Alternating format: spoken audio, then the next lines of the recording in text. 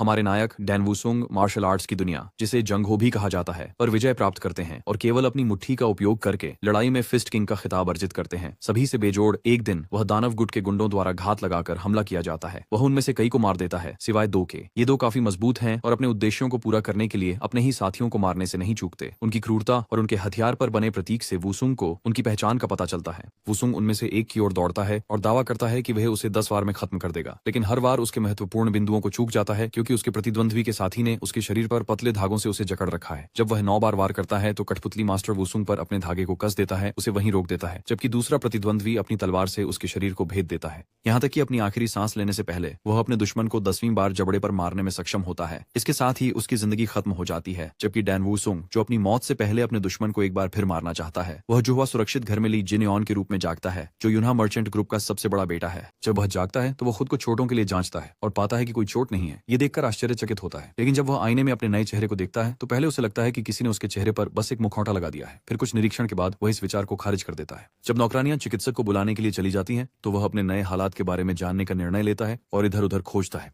चलते समय उसे एहसास होता है कि यह शरीर का पात्र काफी नाजुक है, क्योंकि इधर उधर घूमना भी एक बड़ा काम है। अंत में उसे एक जर्नल मिलता है जिसका शीर्षक है यून्हा मर्चेंट ग्रुप, जो जुहवा पर्वत में एक बड़ा और प्रसिद्ध व्यापारी समूह है। जर्नल की जांच करने के बाद उसे एहसास होता है कि वह ली जिन उन के शरीर में है, जो महिलाओं और जुए का उल्लेख करने वाले पत्रों के अनुसार काफी बदमाश लगता है। कुछ निरीक्षण के बाद वह इस संभावना पर निष्कर्ष निकालता है कि वह ली जिन उन के रूप में पुनर्जन्म हुआ है। उसी समय उसका चिकित्सक गोंगसुन चालाक लोमड़ी की मुस्कान के साथ अंदर आता है और चुपके से उसकी नब्ज जांचने की कोशिश करता है।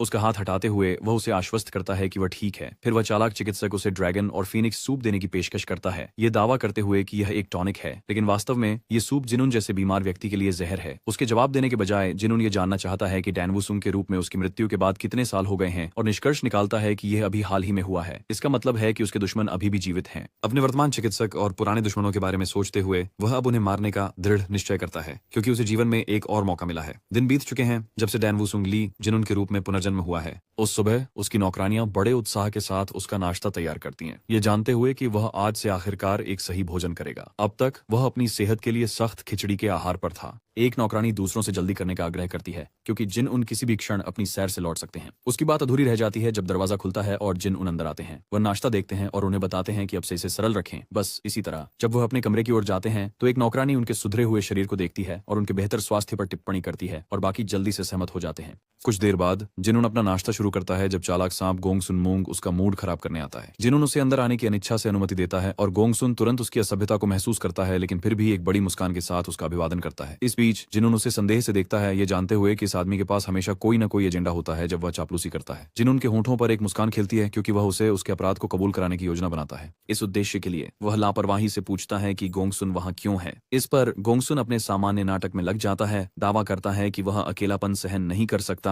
इसलिए वह जिनुन से मिलने आता है। फिर वह धीरे से टिप्पणी करता है कि जिनुन की रंगत अलग दिख रही है। एक ही टिप्पणी में जिनुन की शारीरिक सुधार को कम कर देता है। यह जिनुन का ध्यान खींचता है और वह चुटकी लेता है कि गोंगसुन की कोशिश का मतलब उसे ड्रैगन फीनिक्स सूप पीने के लिए लुभाना है। गोंगसुन को उम्मीद नहीं थी कि वह सूप के बारे में कुछ जानता होगा, इसलिए वह जल्दी से समझाता है कि ड्रैगन फीनिक्स सूप बस एक पोषक टॉनिक है। जिनुन अनायास टिप्पणी करते हैं कि यह विषैला है। गोंगसुन उसे याद दिलाता है कि वह उसका चिकित्सक है। यह महसूस करते हुए कि वह पकड़ा जाने वाला है, गोंगसुन तुरंत एक नाटकीय इशारा करते हुए घोषणा करता है कि चूंकि जिनुन को स्पष्ट रूप से उसकी जरूरत नहीं है, उसे बेहतर होगा कि वह चला जाए। उसके कदम बढ़ाने से पहले ही जिनुन की आवाज उसे रोक देती है। एक गंभीर स्वर में जिनुन पूछते हैं कि क्या गोंगसुन यहाँ के मालिक हैं, क्योंकि वह अपनी मर्जी से उनके कक्ष में आते जाते रहते हैं। उनका चेहरा देखकर, जबकि ये स्पष्ट करते हुए कि वह सिर्फ मजाक कर रहा है, और गोंगसुन घबराहट में साथ देता है। फिर जिन्यान उसे लेखन उपकरण लाने का आदेश देता है, यह कहते हुए कि वह एक पत्र लिखना चाहता है। जब गोंगसुन मान लेता है तो जिन्यान उसे इसे लिखने के लिए कहता है। वह यह लिखवाता है कि गोंगसुन को इस विला में रहना होगा क्योंकि वह एक गंभीर बीमारी से पीड़ित है। उसके अगले शब्द गोंगसुन को चौंका देते हैं जब वह जोड़ता है कि उसकी जिंदगी बहुत लंबी है, इसलिए गोंगसुन को अपने अगले कदम के लिए अपने गुरु से सलाह लेनी चाहिए।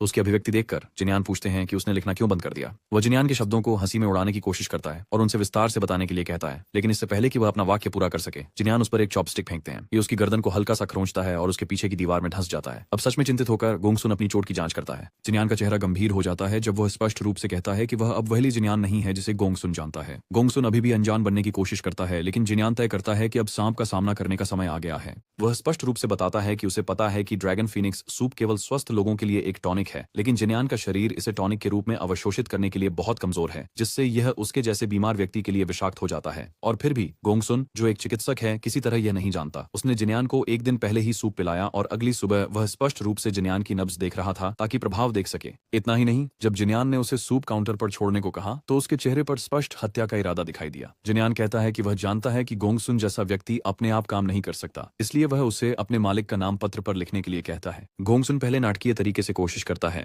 पूछते हुए कि जिन्यान कैसे उस जैसे दयालु व्यक्ति पर शक कर सकता है। फिर वह एक गहरी नाटकीय सांस लेता है, केवल अगले ही पल अभिनय छोड़कर अपनी असली रंगत दिखाता है। हंसते हुए कहता है कि उसे नहीं पता था कि जिन्यान जैसे बदमाश के पास चीजों को समझने के लिए दिमाग है।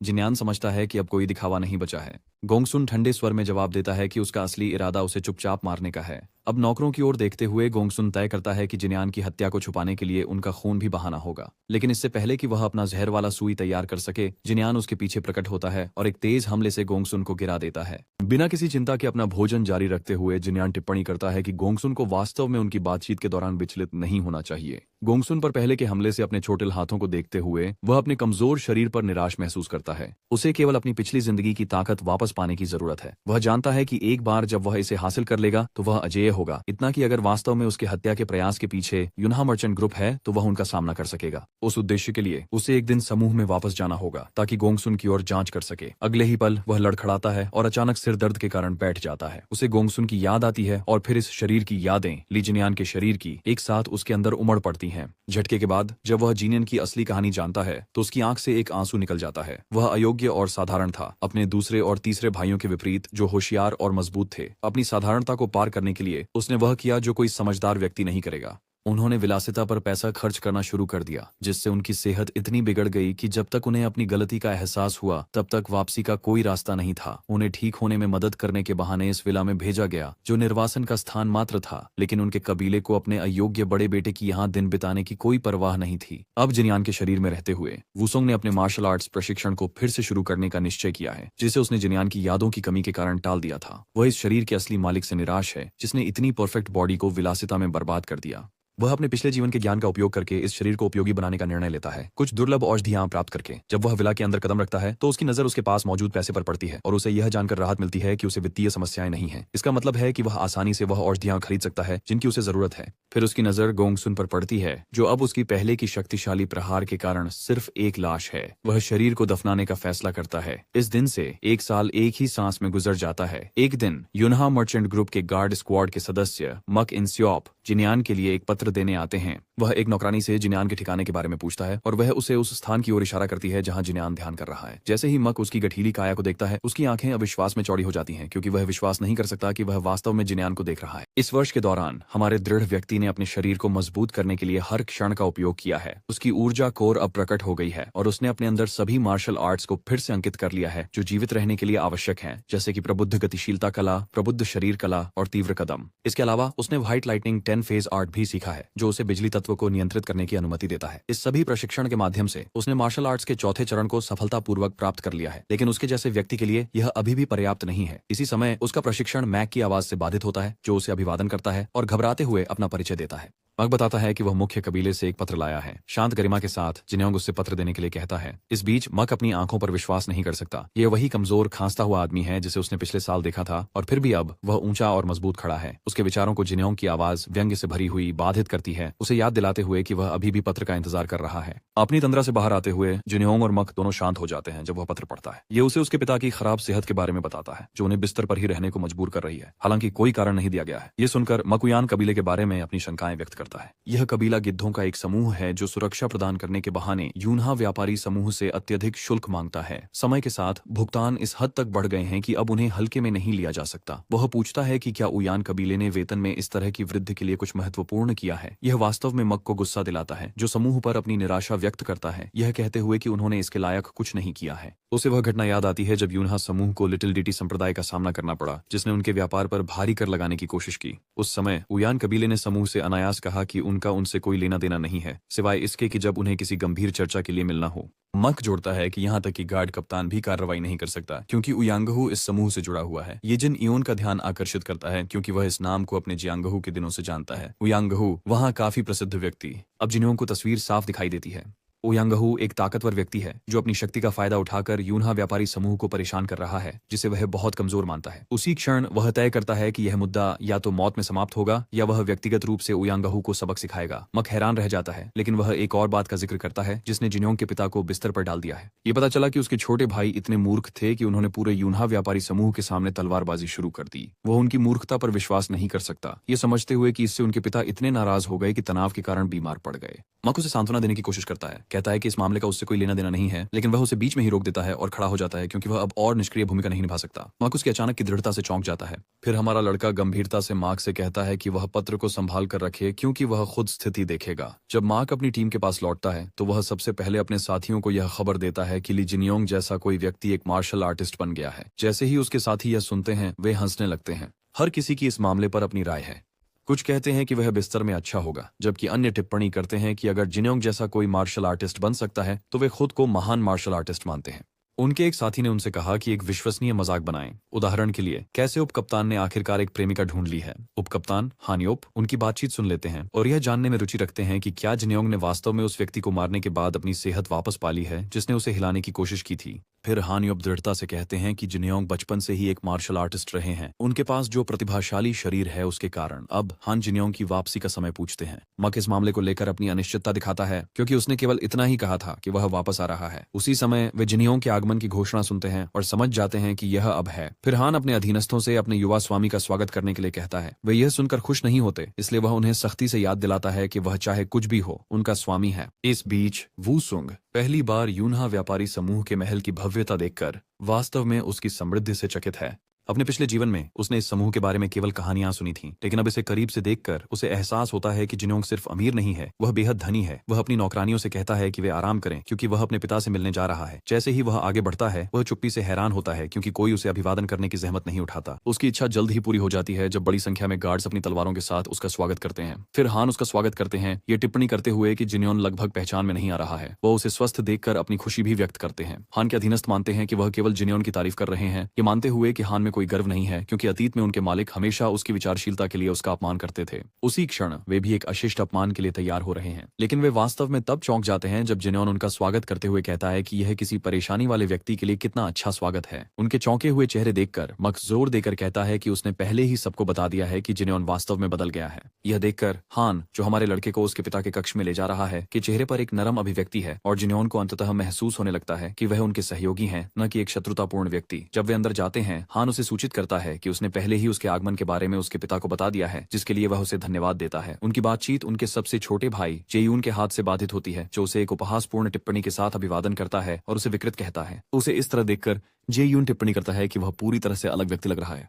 जब जिन्योंग की हिम्मत होती है कि वह उसे घूरता है तो जेयून उसका कंधा पकड़कर मुट्ठी भींच लेता है। हान, जिसने पहले भी देखा है कि जिन्योंग को सबसे छोटे भाई द्वारा पीटा गया है, नहीं चाहता कि वह अपने पहले दिन वापस आने पर वही व्यवहार झेले। वह धीरे से जेयून का हाथ जिन्योंग के कंधे से हटा देता है और टिप्पणी करता है कि इतने लंबे समय बाद दोनों भाइयों को एक दूसरे को देखकर खुश होना चाहिए। लेकिन उसके आश्चर्य के लिए जेयून उसे बिना अनुमति छूने के लिए हान को थप्पड़ मार देता है। जेयून को उसके प्रति उसका खराब व्यवहार पसंद नहीं है और उसे चेतावनी देते हुए पूछता है कि क्या वह उसे नीचा दिखा रहा है। अगले ही पल वह घोषणा करता है कि वह उसे सबक सिखाने के लिए तैयार है। इससे पहले वह कुछ कर सके, हमारा दोस्त उसे इतनी जोर से थप्पड़ मारता है कि वह जमीन पर गिर जाता है। जेयून इससे पूरी तरह से हैरान है। अगले ही पल जिन्योंग अपनी मुट्ठी जेयून के कंधे पर कसता है, उसे अपनी ताकत का एहसास कराते हुए कहता है कि वह यहाँ आने के लिए काफी उत्साहित था। जेयून दर्द में चिल्लाता है, अपने भाई को पागल कहते हुए गालियां बकता है। ये सुनकर हमारा आदमी सपाट स्वर में कहता है कि अब से वह उसे बड़ा भाई कहेगा। इस बीच ली ह्वायोन, यूना मर्चेंट ग्रुप का दूसरा बेटा, अपने पिता के कमरे के सामने काफी हलचल देखता है। वह हान से इसके बारे में पूछता है और उप कप्तान टिप्पणी करता है कि उसके सबसे बड़े और छोटे भाइयों के बीच बहस हो रही है। ये सुनकर ह्वायोन तुरंत मान लेता है कि यह जेयून होगा जो उनके सबसे बड़े भाई को परेशान कर रहा है और अपने बड़े भाई की खराब हालत को लेकर चिंतित होकर अंदर भागता है। लेकिन वह चौंक जाता है जब देखता है कि वास्तव में जिन्योंग है, जो अपने छोटे भाई को सख्ती से चेतावनी दे रहा है कि वे अपने पिता के कमरे के सामने चुप रहें। फिर वह बीच के भाई की उपस्थिति को नोटिस करता है। एक पल बाद ह्वायोन अपने बड़े भाई के सामने बैठ जाता है, जो जेयून को सजा देता है कि वह अपने हाथ हवा में रखे। उसे देखकर ह्वायोन को राहत महसूस होती है कि वह स्वस्थ है। हालांकि जेयून इस स्थिति से स्पष्ट रूप से नाखुश है। जिन्योंग उसे आश्वस्त करता है कि वह अब स्वस्थ है। फिर वह ह्वायोन की घायल मुट्ठी को देखता है और पूछता है कि क्या यह जेयून ने किया। ह्वायोन सवाल को टालने की कोशिश करता है, लेकिन हमारा लड़का गुस्से में अपने सबसे छोटे भाई की ओर मुड़ता है और अपने बड़े भाई के खिलाफ हाथ उठाने के लिए उसे जोर से थप्पड़ मारता है। बेचारा जयून के पास कोई विकल्प नहीं है सिवाय इसके कि वह और पिटाई से बचने के लिए मान जाए। उसे विश्वास नहीं हो रहा कि यह वही कमजोर जिनियन है जो उसके कंधे की मालिश करता था, क्योंकि वह अपने छोटे भाई से और पिटाई से डरता था। इस दृश्य से हवायोन के चेहरे पर एक नर्वस खुशी आ जाती है, क्योंकि वह सोचता है कि अब जिनियन जयून को पीट रहा है, जबकि पहले यह उल्टा था। फिर जिनियन भी शांत हो जाता है। हवायोन उसके व्यक्तित्व और शरीर में बदलाव के बारे में जिज्ञासु है, लेकिन उसके जवाब देने के बजाय वह बस टिप्पणी करता है कि उसकी आंखें अच्छी हैं, क्योंकि उसकी नजर उसके बीच के भाई के सामने रखे स्क्रॉल्स पर पड़ती है। जब वह एक खोलता है तो वह अंदर की सामग्री के बारे में पूछता है। हवायोन समझाता है कि स्क्रॉल में उन कर्मचारियों की सूची है जो कल उसके साथ सम्मेलन कक्ष में जाने वाले हैं। फिर वह कर्मचारियों की सूची की जांच करता है और गोंगसुन का नाम नोटिस करता है, क्योंकि किसी भी कर्मचारी के बारे में पूछताछ करना उसका मुख्य उद्देश्य है। सूची की जांच करने के बाद उसे तुरंत पता चल जाता है कि गोंगसुन और कई अन्य कर्मचारियों की सिफारिश किसी और ने नहीं बल्कि ओयांगहू ने की है। फिर वह गंभीरता से अपने भाइयों की ओर मुड़ता है और गहरे स्वर में पूछता है कि क्या उनमें से दोनों या कोई एक ओयांगहू के लिए काम कर रहा है। दोनों भाई गुस्से में इसे नकारते हैं, ये जोर देते हुए कि वे अपने व्यापारी समूह को उस कबीले को नहीं सौंप सकते। वह मुस्कुराता है ये देखकर कि उसे अपने भाइयों को हटाने की जरूरत नहीं है, क्योंकि वे सच बोल रहे हैं। फैसला करने के बाद वह उठता है और पूछता है कि क्या सभी उच्च अधिकारी सम्मेलन में होंगे। उसका पढ़ाकू भाई सकारात्मक उत्तर देता है। अन्य उत्तर सकारात्मक हैं। इस पर वह भी सम्मेलन में शामिल होने का निर्णय घोषित करता है। इससे पहले कि वे विरोध कर सकें, वह उनके आपत्तियों को अनदेखा करते हुए कमरे से बाहर चला जाता है। अपने भाई के व्यक्तित्व में अचानक बदलाव देखकर वे पूरी तरह से हतप्रभ हैं। उसी समय जेयोन भी जुहू पर्वत जाने की इच्छा करता है। इस बीच जिनियोन अपने पिता के कमरे के सामने खड़ा होता है और उनकी अनुमति से अंदर जाता है। उसके पिता व्यापारी समूह के नेता सेयोंगमिन उसे तुरंत देख लेते हैं। वह बाहर के शोर के बारे में पूछता है, लेकिन जिनियोन इसे नजरअंदाज करते हुए बैठ जाता है। फिर वह उल्लेख करता है कि उसने अपने पिता के तनाव में होने की अफवाहें सुनी हैं। उसके पिता इसकी पुष्टि करते हुए कहते हैं कि वह हमेशा तनाव में रहते हैं, लेकिन अब उनका बूढ़ा शरीर इसे सहन करने के लिए पर्याप्त मजबूत नहीं है। फिर उसके पिता अपना हाथ उठाकर अपने बेटे के चेहरे को छूते हैं, महसूस करते हैं कि वह कितना स्वस्थ और बदला हुआ दिखता है। वह पूछता है कि क्या वह वास्तव में जिनियोन है। जब उसके पिता उसे स्वस्थ देखकर अपनी खुशी व्यक्त करते हैं और उसे प्यार से छूते हैं तो उसके अंदर कुछ हलचल होती है। उसुंग के रूप में वह कभी माता पिता होने की भावना नहीं जानता, लेकिन वह जानता है कि पिता होने की भावना कैसी होती है। वह अपने पिता को एक मजबूत और चौड़े कद के व्यक्ति के रूप में याद करता है, लेकिन अब जब वह उनका हाथ अपने हाथ में लेता है तो उसे एहसास होता है कि उसका लक्ष्य कितना नाजुक हो गया है। इस पर वह उसे दिलासा देता है कि वह उन सभी चीजों को खत्म कर देगा जो उसे इस स्थिति में लाई हैं। उसके पिता को विश्वास नहीं होता, लेकिन वह जोर देकर कहता है कि सेयोंगमिन को किसी भी चीज की चिंता करने की जरूरत नहीं है, क्योंकि वह इसे संभालने वाला है। उसके दृढ़ संकल्प को देखकर उसके पिता भी पसीना पसीना हो जाते हैं। अगले दिन सभी लोग यूनहवा मर्चेंट ग्रुप के कॉन्फ्रेंस रूम में इकट्ठा होते हैं, जहां हुआयोन सभी को जानकारी दे रही है। ओ यंगहू भी वहां मौजूद हैं। उनके अधीनस्थ जो उनके बारे में सोच रहे हैं तुरंत जिनयोन की उपस्थिति को नोटिस करते हैं। ओ यंग मानते हैं कि जिनयोन यहाँ समूह में अपनी स्थिति मजबूत करने के लिए आए हैं। इस बीच जब हुआयोन अपनी ब्रीफिंग समाप्त करते हैं तो वह पूछते हैं कि क्या किसी को कोई आपत्ति है। इससे पहले कि वह आगे बढ़ें, ओ यंगहू अपना हाथ उठाते हैं और कहते हैं कि उनके पास एक मांग है। वह एक व्यक्ति का सुझाव देते हैं जो जिनयोन के लिए गार्ड के रूप में काम कर सकता है, क्योंकि वर्तमान में उनके पास कोई गार्ड नहीं है। इस पर ओह यंगहू द्वारा पहले से ही अनुशंसित कई कर्मचारियों के कारण यूनहवा मर्चेंट ग्रुप में इस हस्तक्षेप को लेकर हलचल मच जाती है, लेकिन जो व्यक्ति इसके खिलाफ बोलने की कोशिश करता है उसे ओह यंगहू द्वारा धमकी दी जाती है, जिससे वह चुप हो जाता है। फिर ओह यंगहू पूछता है कि क्या उसके सुझाव पर किसी को कोई आपत्ति है। सभी चुप रहते हैं, बोलने से डरते हैं। जैसे ही वह आगे बढ़ने वाला होता है, हमारा लड़का अपना हाथ उठाकर उसे याद दिलाता है कि वास्तव में उसे आपत्तियां हैं। फिर वह गंभीरता से अपनी खुद की सलाह देता है कि दस्ते के गार्ड नेता ओयंगहू को निकाल दिया जाए। यूनहवा मर्चेंट ग्रुप के सदस्य यह सुनकर चिंतित हो जाते हैं, जबकि ओयंग कबीला हंसता है, ये मानते हुए कि वह मजाक कर रहा होगा, क्योंकि ओयंगहू को मर्चेंट ग्रुप की सुरक्षा के लिए आवश्यक माना जाता है। हालांकि ओयंगहू अहंकारी है। वह हमारे लड़के को बताता है कि वह इतने लंबे समय से बिस्तर पर है कि उसे पता नहीं है कि उसे निकालने का कोई अधिकार नहीं है। अगले ही पल जिनियन कुछ ऐसा करते हैं जिसकी किसी को उम्मीद नहीं होती। वह जमीन पर इतनी जोर से मुक्का मारते हैं कि इमारत लगभग हिल जाती है। फिर गंभीरता से वह इस सांप को याद दिलाते हैं कि ओयंग के प्रभाव के बावजूद वह भूल रहा है कि जिनयोन ही यूनहवा मर्चेंट ग्रुप के असली मालिक हैं। कुछ समय पहले उन्होंने हुआयोन को ओ यंगहू को निकालने की अपनी योजना के बारे में पहले ही बता दिया था। हालांकि हुआयोन को नहीं लगता कि यह एक अच्छा विचार है, क्योंकि ओ यंग कबीला उनसे अधिक शक्तिशाली है। सीधे जवाब देने के बजाय वह पूछता है कि जब कोई जंगहू के मार्शल आर्टिस्ट्स को कम आंकता है तो क्या वे अपनी घमंडी धारणाओं के कारण जिंदा नहीं खा लिए जाते। फिर वह बताता है कि उनके आसपास कितने कर्मचारी ओ यंग कबीले से हैं, जिससे ऐसा लगता है कि यूनहवा मर्चेंट ग्रुप को वे पूरी तरह निगल रहे हैं। उसका बुद्धिमान भाई यह देखकर समझ जाता है कि वह क्या कहना चाह रहा है। फिर जिनयोन उसे आश्वस्त करता है कि उसे चिंता करने की जरूरत नहीं है, क्योंकि वह इसे संभालने वाला है। अब अपने बड़े भाई को देखते हुए हुआयोन एक नर्वस मुस्कान के साथ समझता है कि उसका बड़ा भाई इसे कैसे संभालने की योजना बना रहा है। यह देखकर ओयंग कबीला तुरंत अपने तलवारें खींच लेता है और धमकी भरे अंदाज में उससे स्पष्टीकरण मांगता है। हांस उनके मालिक के खिलाफ तलवारें उठाने की उनकी धृष्टता पर गुस्से में है। वह जिनयोन के सामने खड़ा हो जाता है उसे बचाने के लिए, लेकिन बिना किसी हिचकिचाहट के। हमारा लड़का टिप्पणी करता है कि ओयंग कबीला अपने नियोक्ता के खिलाफ तलवारें उठाने में कितना धृष्ट है। वह उन्हें एक गंभीर लहजे में धमकी देता है, चेतावनी देते हुए कि उन्हें मरने की इच्छा है। फिर वह अचानक बातचीत की दिशा बदल देता है, कहता है कि वह ओ यंग हू को मुआवजा देने जा रहा है क्योंकि उसे बुरा लग रहा है। ओ यंग हू यह सुनकर भ्रमित हो जाता है। जिन योन समझाता है कि उसने ओ यंग हू की परफेक्ट रिटायरमेंट योजना को बर्बाद कर दिया है। फिर वह विस्तार से बताता है कि ओ यंग हू वास्तव में क्या योजना बना रहा था। पहले वह जिनुन को गांग सुन के माध्यम से समाप्त कर देगा। फिर जैसे वह पहले से ही जिनुन के अन्य दो भाइयों को एक दूसरे से टकरा रहा था, यह ऊ यांग के पक्ष में था कि उनके पिता इस संघर्ष के कारण बीमार पड़ गए। अंत में ऊ यांग को बस एक भाई को नियंत्रित करना होगा और उसे कठपुतली के रूप में उपयोग करना होगा ताकि यूनहा मर्चेंट ग्रुप पर पूरा नियंत्रण प्राप्त किया जा सके। इस पर ऊ यांग हंसने लगता है, यह दावा करते हुए कि जिन उन बस कहानियां बना रहा है, लेकिन वह जारी रखता है, गंभीरता से कहते हुए कि ऊ यांग की योजना उसी क्षण से बिखरने लगी जब उसने व्यक्तिगत रूप से ऊ यांग के हत्यारे गोंगसून को मार डाला। ऊ यांग की आंखें इस खुलासे पर चौड़ी हो जाती हैं। वह विश्वास नहीं कर सकता कि उसने अभी क्या सुना है। हमारा लड़का जोड़ता है कि उसने उस गरीब हत्यारे को एक ही वार में मार दिया, उसे आसान मौत दी। फिर वह सहजता से कहता है कि अगर ओ यांग हो व्यापारी समूह को नियंत्रित करना चाहता है तो उसे एक सही योजना बनाने के लिए अधिक प्रयास करना चाहिए। इसके अलावा वह जोड़ता है वह उससे हुए नुकसान के लिए भी शुल्क लेगा। अब ओ यांग जिनुन के शब्दों से तंग आ चुका है। गुस्से में वह अपनी मुट्ठी उठाता है और उसे मारने की धमकी देता है। इससे पहले कि वह कोई वार कर सके, जिनुन अपनी मुट्ठी से उसकी मुट्ठी को रोक देता है।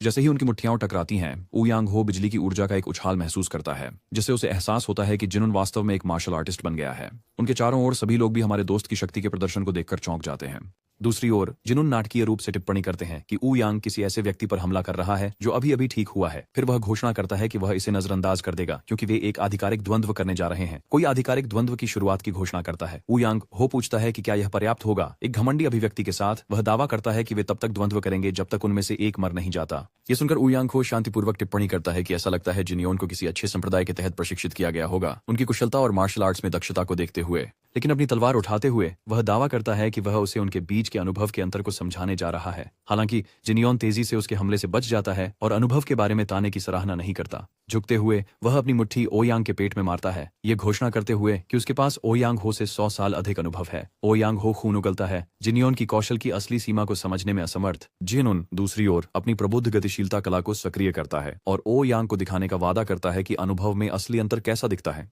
अब बिजली की गति से चलते हुए वह ओ यांग पर वार करता है, जो अपनी तलवार से उस वार को रोकने में सफल होता है। दोनों बार बार टकराते हैं। ओ यांग हो अपनी तलवार से वार करता है, जिन्होंने अपने नंगे हाथों से जवाब देते हैं, लेकिन हमारे लड़के का हर वार ओ यांग की तलवार से रोका जाता है। उनकी लड़ाई के दौरान ओ यांग हो जिनुन की तकनीकों से पूरी तरह से भ्रमित है क्योंकि यह किसी नौसिखिए की तरह नहीं है। उसके कौशल एक अनुभवी मार्शल आर्टिस्ट के समान है। हालांकि इसके बावजूद ऊ यांग जिन एओन को खत्म करने के लिए दृढ़ संकल्पित है। उसकी मुद्रा देखकर उसके अधीनस्थ खुश हैं, सोचते हुए कि उनका कप्तान आखिरकार लड़ाई खत्म करने वाला है। इसके साथ ही ऊ यांग अपनी 3 रूप तलवार कला सक्रिय करता है। जिन एओन तुरंत वार से बचने के लिए अपना सिर झुका लेता है और अपनी तेज वार तकनीक सक्रिय करता है। वह इतनी तेजी से चलता है कि ऊ यांग को उसकी स्थिति में बदलाव का एहसास भी नहीं होता। अगले ही पल ऊ यांग को जबड़े पर एक भयंकर मुक्का लगता है। प्रभाव इतना शक्तिशाली है कि यह मुख्य घर से भी दिखाई देता है। दृश्य को देख रहे नौकर भ्रम में बड़बड़ाते हैं, जबकि उसके पिता गर्वित भाव से घोषणा करते हैं कि उनके बड़े बेटे ने मार्शल आर्ट्स में महारत हासिल कर ली है। जब ऊ यांग हो गिर जाता है तो उसके अधीनस्थ उसकी ओर दौड़ते हैं। अपने कप्तान की हालत देखकर वे गुस्से में हैं। एक तो जिनुन को घूरता है, लेकिन वह उसे तुरंत एक घातक धमकी से चुप करा देता है। एक अन्य अधीनस्थ स्वीकार करता है कि द्वंद्व में कोई अनियमितता नहीं थी। हालांकि जाने से पहले वह चेतावनी देता है कि अगर जिनुन इसी तरह से कार्य करना चाहता है तो ऊ यांग कबीला भी उसी तरीके को अपनाएगा और यूनहा मर्चेंट ग्रुप से बदला लेगा, जिसे वे टाल नहीं पाएंगे। लेकिन जिनुन को ऐसी छोटी छोटी दुश्मनियों की परवाह नहीं है, क्योंकि वह उनसे कभी नया नहीं रहा है। वह जो कुछ भी देंगे, चाहे वह दुश्मनी हो या दयालुता, वह उसे चुकाएगा। इसके अलावा वह घटना की पूरी जिम्मेदारी लेता है जिससे हवायोन विरोध करती है। फिर भी जिन योन सबको दृढ़ता से देखता है और घोषणा करता है कि भले ही उसने पहले दावा किया था कि यूनहा मर्चेंट ग्रुप उसका है, ये उसके पिता का भी है, उस दस्ते का भी है जिसने उसे आज सुबह स्वागत किया, और हर कर्मचारी का भी है जो वहां काम करता है। इसलिए वह किसी को भी अपने व्यापारी समूह के साथ खिलवाड़ करने की अनुमति नहीं देगा। इसके साथ ही वह उन्हें जाने का आदेश देता है, कहते हुए कि वह उन्हें वैसे भी निकाल रहा था। उसके भाषण से सभी खुश हैं सिवाय ओ यांग कबीले के, जो अनिच्छा से जाते हैं, उसे भविष्य में उनके कबीले से निपटने के लिए शुभकामनाएं देते हुए।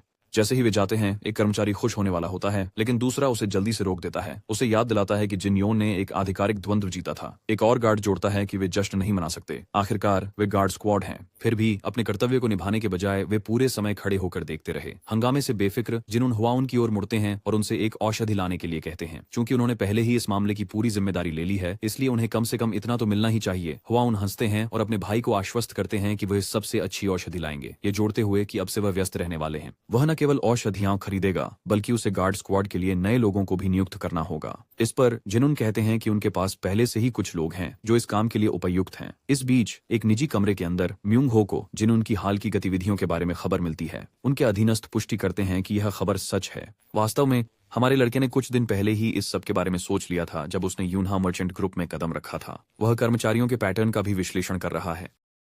वह अचानक रुकता है और हान से पूछता है कि क्या उसने खाया है। इस विचारशील प्रश्न से पूरी तरह से चौंक कर हान नकारात्मक उत्तर देता है क्योंकि उसने सुबह से काम के कारण खाने का समय नहीं पाया। जिन्योन फिर नीचे की ओर देखता है जहां कुछ यूयोंग कबीले के सदस्य बेकार की बातचीत में समय बर्बाद कर रहे हैं। उसी क्षण वह समूह की गतिशीलता को समझ जाता है। वफादार यूनहा व्यापारी समूह के कर्मचारी इतनी मेहनत करते हैं कि वे भोजन के लिए भी समय नहीं निकाल पाते, जबकि यूयोंग कबीले के सदस्य बिना किसी वास्तविक जिम्मेदारी के काम के घंटों में आलस्य करते हुए आसान पैसा कमाते हैं। हान फिर से उससे बात करता है, लेकिन जवाब देने के बजाय उसका मन समाधान की ओर चला जाता है। अगर वह अचानक यूयोंग सदस्यों को निकाल देता है तो समूह सुरक्षा के बिना रह जाएगा, क्योंकि उसे उनकी जगह भरने के लिए लोगों की जरूरत होगी। कुछ सोचने के बाद उसे पता है कि उन आलसी कर्मचारियों के लिए सही विकल्प कहाँ मिलेंगे। इस उद्देश्य के लिए वह एक संदिग्ध जुआ घर की ओर जाता है, ऐसा स्थान जो केवल अपराधियों के आने जाने जैसा लगता है। जैसे ही वह अंदर कदम रखता है, कई लोग उसकी ओर देखते हैं। कुछ लोग उसकी ओर इशारा करते हुए उसे कमजोर कहते हैं। वे उसे इतने लंबे समय बाद देखकर हैरान हैं। कुछ लोग तो यह भी मान लेते हैं कि वह वर्षों पहले मर चुका है। ये मानते हुए कि वह जुआ खेलने आया है, वे उसे अपनी संपत्ति खोते हुए देखने के लिए तैयार हो जाते हैं। जब वह मुख्य हॉल में प्रवेश करता है तो वहां का गार्ड उत्साह से उसका स्वागत करता है, ये मानते हुए कि वह बहुत पैसा खर्च करने वाला है। लेकिन ये जिन्योन वह व्यक्ति नहीं है जिसे वे याद करते हैं। एक सूक्ष्म लेकिन तीखे अपमान के साथ वह गार्ड को उसे न छूने की चेतावनी देता है, जिससे वह आदमी चिड़चिड़ा हो जाता है। फिर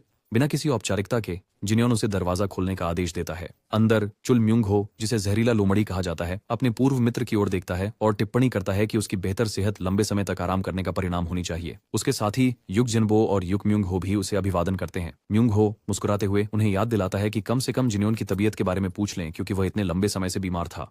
इस पर दोनों युग भाई माफी मांगते हैं, जबकि म्यूंग हो मजाक में दावा करता है कि जिन्योन उसका दोस्त है। जिन्योन तथाकथित दोस्ती पर हंसता है। ऊपर से देखने पर ऐसा लगता है जैसे वे बचपन के दोस्त हैं, लेकिन वास्तव में म्यूंग हो ने हमेशा इस झूठी दोस्ती का उपयोग उसे परेशान करने और उसकी कमजोरियों का फायदा उठाकर उससे पैसे निकालने के लिए किया है। गंभीर भाव से वह सोचता है कि क्या नई पीढ़ी ने दोस्ती की एक पूरी तरह से अलग और विकृत परिभाषा गढ़ ली है। जिन्योन के असली विचारों से अनजान म्यूंग हो उत्सुकता से उसे जुआ खेलने के लिए प्रेरित करता है, यह दावा करते हुए कि बहुत समय हो गया है। वास्तव में म्यूंग हो उसे एक बड़ी रकम से ठगने के लिए बेताब है, ये विश्वास करते हुए कि कोई और उसकी चाल में नहीं फंसेगा। दोस्ती का दिखावा करते हुए म्यूंग हो जोर देता है कि वह उसकी वापसी के सम्मान में उसे दावत देगा, लेकिन जब वह तुरंत कोई जवाब नहीं देता तो म्यूंग हो चिढ़ जाता है और उसे कुछ कहने के लिए मजबूर करता है। जिन्हों शांतिपूर्वक जवाब देता है कि वह सोच रहा है। जब उसका गिद्ध जैसा दोस्त जानने के लिए दबाव डालता है कि वह किस बारे में सोच रहा है, तो जिन्हों जवाब देने के बजाय बस एक पल के लिए चुपचाप बैठता है, ये सोचते हुए कि उसे म्यूंग हो को मारना चाहिए या नहीं। उसके लिए म्यूंग हो एक बेकार कमीने से ज्यादा कुछ नहीं है जिसमें उसकी कोई दिलचस्पी नहीं है।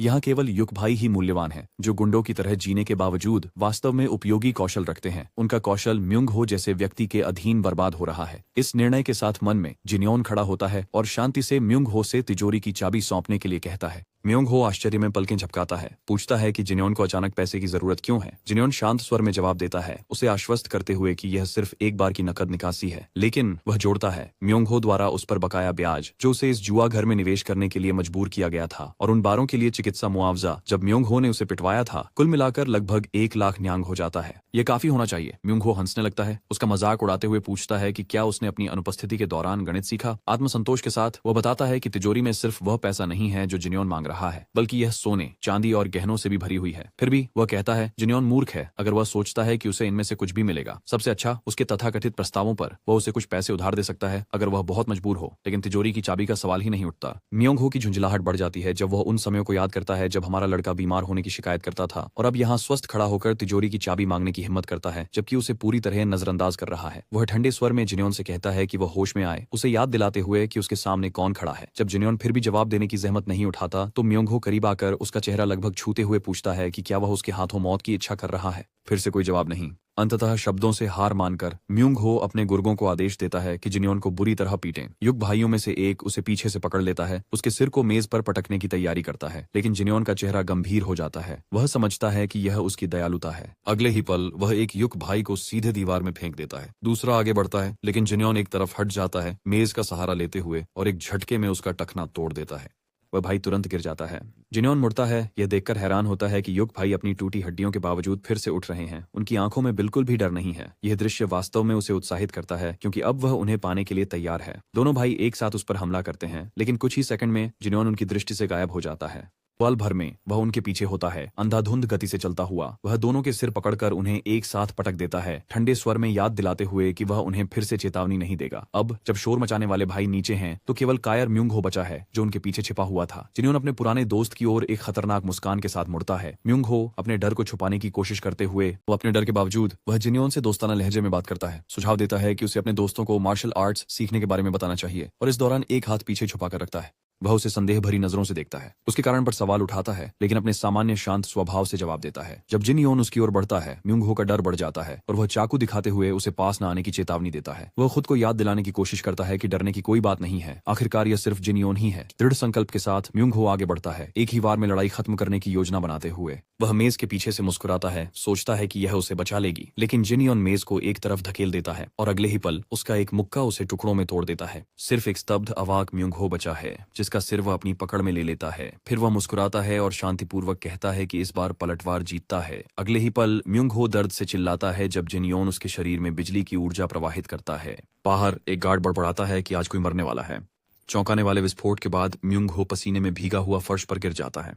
जिन योन बिना विचलित हुए उसे खुद पर काबू रखने के लिए कहता है। मुश्किल से म्यूंग हो अपना सिर उठाता है, उसकी आंखों में अपमान की आग जल रही है जब वह सोचता है कि जिन योन ने अपनी रिकवरी के दौरान क्या किया है। ये विचार आता है कि क्या जिन योन ने इस समय में सिर्फ उस पर बदला लेने के लिए प्रशिक्षण लिया। वह खुद का बचाव करने की कोशिश करता है, सोचता है कि उसने उसके साथ इतना बुरा व्यवहार नहीं किया है, लेकिन जिन योन के प्रति अपने पिछले व्यवहार को याद करते हुए निष्कर्ष अपरिहार्य लगता है, ये बदला है। नर्वस मुस्कान के साथ म्यूंग हो हमारे लड़के से कुछ भी मांगने के लिए कहता है, सिवाय तिजोरी की चाबी के। ये सुनकर जिनयोन रुक जाता है, यही तो वह सुनना चाहता था। म्यूंग हो जल्दी से उसे याद दिलाता है कि उसके बुरे व्यवहार के बावजूद वे बचपन के दोस्त रहे हैं और वह अनिच्छा से साथ देता है। यह सुनकर म्यूंग हो का चेहरा खिल उठता है और वह तुरंत ही बहुत चिढ़े हुए जिनयोन को गले लगा लेता है, ये आश्वासन देते हुए कि अब से कोई मारपीट या उत्पीड़न नहीं होगा। जिनयोन को इस पर विश्वास नहीं होता।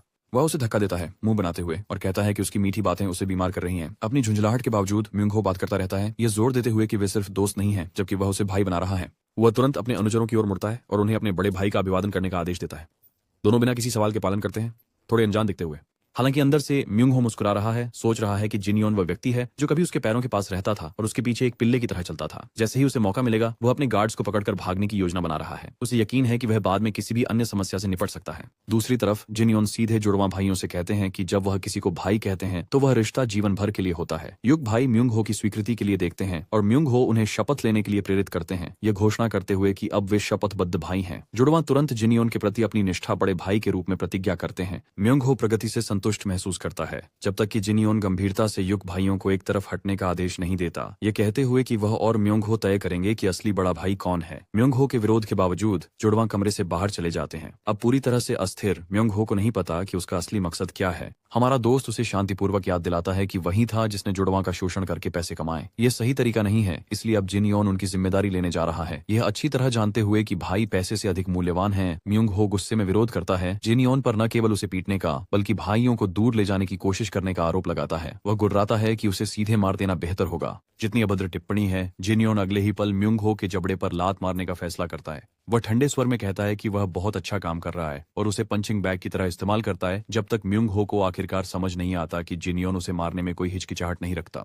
आखिरकार म्यूंग हो बुदबुदाता है कि वह उसे वह देगा जो वह चाहता है, लेकिन जिनयोन उसे आराम से कहता है कि इसे जोर से कहो। हार मानकर म्यूंग हो अंततः चाबी सौंपने के लिए तैयार हो जाता है। जिनयोन मुस्कुराता है और म्यूंग हो को याद दिलाता है कि उसे दिखाना चाहिए कि वह अपनी जान की भीख मांग रहा है। म्यूंग हो में अभी भी इतनी हिम्मत है कि वह इस मांग पर हंसता है, ये मजाक करते हुए कि क्या उसे और अधिक सम्मानजनक होना चाहिए। जब जिनयोन उसे एक तरफ फेंक देता है तो वह जल्दी से अपना सबक सीखता है। उसे यह सोचने पर मजबूर कर देता है कि क्या वह पागल हो गया है।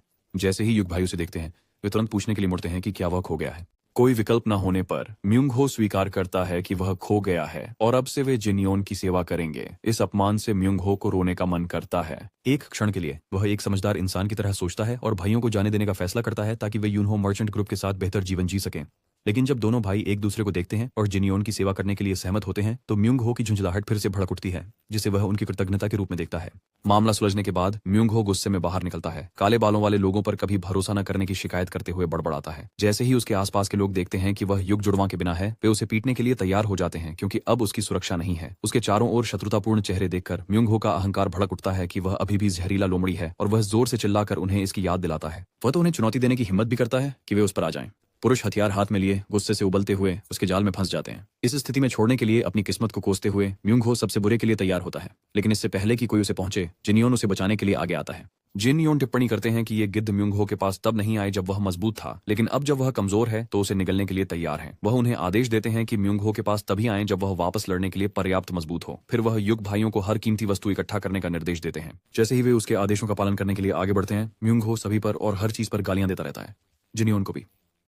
जब वे उसके घर के सामने पहुंचते हैं तो रयूक भाई उसका धन्यवाद करते हैं कि उसने उनके पूर्व मालिक को बचाया। आभार उसे एक पल के लिए चौंका देता है। जुड़वां को देखते हुए उसे अफवाहें याद आती हैं कि कुछ लोग कहते हैं कि उन्हें म्यूंग हो को गुलाम के रूप में बेचा गया था, जबकि अन्य कहते हैं कि वे डर के कारण उसके पीछे चले गए। फिर भी म्यूंग हो के लिए उनकी सच्ची चिंता देखकर जिनियोन अपने आप में हल्के से मुस्कुराते हैं, ये समझते हुए कि सच्चे मानव स्वभाव को समझना जितना लगता है उससे कहीं अधिक जटिल है। इस बीच एक स्तंभ के पीछे से कोई ध्यान से देख रहा है, ये सुनिश्चित करते हुए कि जिनियोन वास्तव में वहां है। अब वर्तमान में चीजें फिर से लय में आ जाती हैं, लेकिन जेयोन प्रगति से खुश नहीं है। वह अभी भी बड़बड़ा रहा है कि उसके बड़े भाई के लौटने तक उसे एक शांत दिन नहीं मिला। उसे जुए के अड्डे से अचानक पैसे और गहनों का आना याद आता है, साथ ही रेग भाइयों का, और यह सोचकर वह गुस्से से भर जाता है। अगले ही पल वह देखता है कि एक गाड़ी नए सामान के साथ अंदर आ रही है। हुआयोन उन्हें ध्यान से जांचता है, अपने नौकरों को सामान के साथ सावधानी बरतने का निर्देश देता है और गाड़ी को वहीं छोड़ देता है, यह समझाते हुए कि ये वस्तुएं काफी कीमती हैं। यह देखकर जेयोन गाड़ी की सामग्री के बारे में उत्सुक हो जाता है। उसकी आंखें चमक उठती हैं जब वह 100 साल पुराना ट्यूबर फ्लीस फूल देखता है, जो इतना दुर्लभ है कि लोग इसे इकट्ठा करने के लिए सुबह से ही लाइन में लग जाते हैं। वह मान लेता है कि यह उसके आदेश पर लाया गया होगा। उसी समय उनका पिता बाहर आते हैं। हुआयोन जल्दी से उनके पास दौड़ता है, उन्हें याद दिलाते हुए कि उनकी स्थिति में बाहर आना अभी भी बहुत जल्दी है।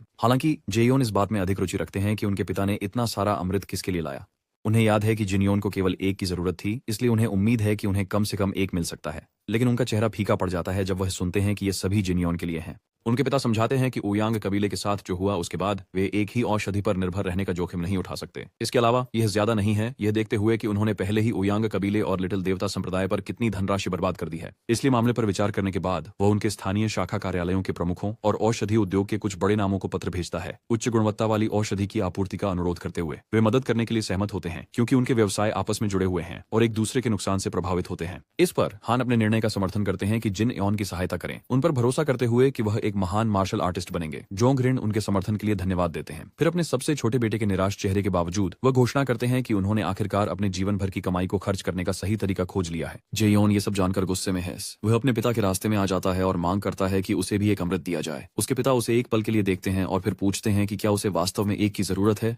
जेयोन इस पर और भी अधिक क्रोधित हो जाता है जब वह अपने बड़े भाई के नाम की लगातार प्रशंसा सुनता है। वह वास्तव में मानता है कि उसके साथ भेदभाव हो रहा है और समझ नहीं पाता कि जिनुन जैसे व्यक्ति को इस तरह का ध्यान क्यों मिलता रहता है। उसका सवाल शब्दों से नहीं बल्कि हमारे लड़के की क्रियाओं से जवाब पाता है जब वह बिजली की गति से उसके पास से गुजरता है। उसकी गति की ताकत जेयोन को गिरा देती है जब ली उसके पास से गुजरता है, अपनी पीठ पर एक विशाल चट्टान खींचते हुए। अपने भाई के पसीने से तरबतर दृढ़ चेहरे को देखते हुए जेयोन निष्कर्ष निकालता है कि उसके बड़े भाई जैसे व्यक्ति जो पहले से ही मजबूत कदकाठी और स्वाभाविक आत्मविश्वास रखते हैं, आखिरकार इसे सफल बनाने के लिए प्रयास कर रहे हैं। वह एक आह भरकर जमीन पर लेट जाता है और फिर अपने तलवार की ओर विचारपूर्ण दृष्टि डालता है। कुछ समय बाद अपने भाई के जोशीले प्रशिक्षण से प्रेरित होकर जेयोन एक प्रशिक्षण डमी पर अपनी तलवार कला का अभ्यास करने लगता है। उसे वह चाल याद आती है जो जिनियोन ने उनके आधिकारिक द्वंद्व के दौरान ओयांग हो पर इस्तेमाल की थी। कुछ प्रशिक्षण के बाद वह निराश होकर आह भरता है कि वह जिनियोन की कौशल की पूरी सीमा को समझ नहीं पा रहा है और साथ ही उसे बड़बड़ाते हुए कोसता है। जैसे ही वह विचार आया, जिनियोन उसके सामने प्रकट होता है, जिससे उसका गरीब छोटा भाई चौंक जाता है। घबराते हुए जेयोन उससे उसकी सैर के बारे में पूछता है। जिनियोन बताता है कि वह इसे खत्म कर चुका है। फिर यह समझते हुए कि उसका सबसे छोटा भाई क्या कर रहा है, वह उसे अपनी तलवार देता है और उसे सलाह देता है कि वह उस चाल की समीक्षा करे जो ओयांग हू ने उसके खिलाफ इस्तेमाल की थी। साथ ही अपने भाई की कौशल की प्रशंसा भी करता है। शर्मिंदा होकर जेयोन को एहसास होता है कि उसका भाई उसकी ट्रेनिंग देख रहा था। तलवार लेते हुए जेयोन उठता है और दृढ़ संकल्प के साथ पुतले पर हमला करता है। अपनी चाल पर घमंड महसूस करते हुए उसका आत्मविश्वास तुरंत चूर चूर हो जाता है जब जिनियोन जिनयोन उसे बेढंगा कहता है। जेयोन अब अपने भाई की तीखी बातों से चिढ़कर पलटकर जवाब देता है, लेकिन अगले ही पल जिन उन की मुट्ठी उसकी ओर आती है, जिसे जेयोन आखिरी क्षण में अपनी तलवार से रोक लेता है। फिर जिन उन समझाता है कि उसने कैसे ओयांग हू के छल को नष्ट किया, दूरी को कम किया और उसे पूरी तरह से असहाय छोड़ दिया, केवल बचाव करने के लिए मजबूर किया। वह यह सब कहते हुए अपने छोटे भाई को लात मारता रहता है। जेयोन उसे समझाने की कोशिश करता है, सुझाव देता है कि वे बात करके चीजों को सुलझाएं बजाय कि मुक्कों का सहारा लें, लेकिन जिनयोन जो स्पष्ट रूप से अपने भाई को प्रशिक्षित करने के मूड में है, नहीं सुनता। कोई विकल्प न होने पर जेयोन फिर से अपनी तलवार पकड़ता है और इसके साथ चलने का फैसला करता है। जब वह आगे बढ़कर हमला करता है तो वह हैरान रह जाता है जब जिनयोन अचानक गायब हो जाता है। एक पल बाद जिनयोन उसे पीछे से घात लगाकर हमला करता है, ये कहते हुए कि सामान्य लोग तब अपनी असली क्षमता दिखाते हैं जब वे कोने में होते हैं। इसके साथ ही वह अपना मुक्का पीछे खींचता है, लेकिन उसे जेयोन को मारने से ठीक पहले रोक देता है। डरे हुए जेयोन जमीन पर गिर जाते हैं, स्पष्ट रूप से सोचते हुए कि वह मारे जा सकते हैं। जिनयोन समझाता है कि तलवारबाजी में छुरा घोंपने की सफलता दर काटने से कम होती है। वह जोड़ता है कि ओयांग हू ने एक बार मारने की तकनीक का उपयोग किया, उसके खिलाफ 3 रूप तलवार शैली का प्रयास करते हुए। इस तकनीक के लिए अत्यधिक सावधानी की आवश्यकता होती है, इसलिए जिन उन ने इसे रोकने के लिए अपनी गति को सावधानी पूर्वक मापा, अन्यथा उस दिन उसका अंत हो जाता। अपने भाई पर तलवार उठाते हुए जिन उनको ओयांग हू के खिलाफ अपनी मुठभेड़ याद आती है। ओयांग जैसे व्यक्ति का अंत हो जाता अगर उसके पास अभी भी अपने पिछले जीवन के शरीर की पूरी क्षमता, लेकिन अभी उसका शरीर उस ताकत के 1/4 तक भी नहीं पहुंचा है जो उसने एक बार फिस्ट किंग के रूप में रखी थी। इसी कारण से वह ओयांग हू के खिलाफ जीत का जश्न नहीं मना सकता। उसके विचार उसके राक्षसी गुट के हथियारों की ओर जाते हैं और यह एहसास होता है कि वे उससे भी अधिक शक्तिशाली हैं। यह उसके संकल्प को उसके पिछले जीवन की ताकत को पार करने के लिए प्रेरित करता है। उसकी सोच एक नौकरानी की आवाज से बाधित होती है जो उसे सूचित करती है कि उसके पास एक आगंतुक है। अपने मेहमान से मिलने जाने से पहले जिनियन फिर से अपने छोटे भाई के माथे पर उंगली से ठोकर मारता है। कहीं और कुछ लोग उस हास्यास्पद अफवाह पर चर्चा कर रहे हैं जो उन्होंने सुनी है कि जिनियन जैसा महिला प्रेमी वास्तव में मार्शल आर्ट्स जानता है। गुआंग, जो इस कहानी पर विश्वास नहीं करता, बताता है कि कैसे वह कल रात नशे की हालत में जुआ घर गया था। वहां उसने जिनियन को युग भाइयों के साथ देखा जो जुआ घर से सामान लाद रहे थे।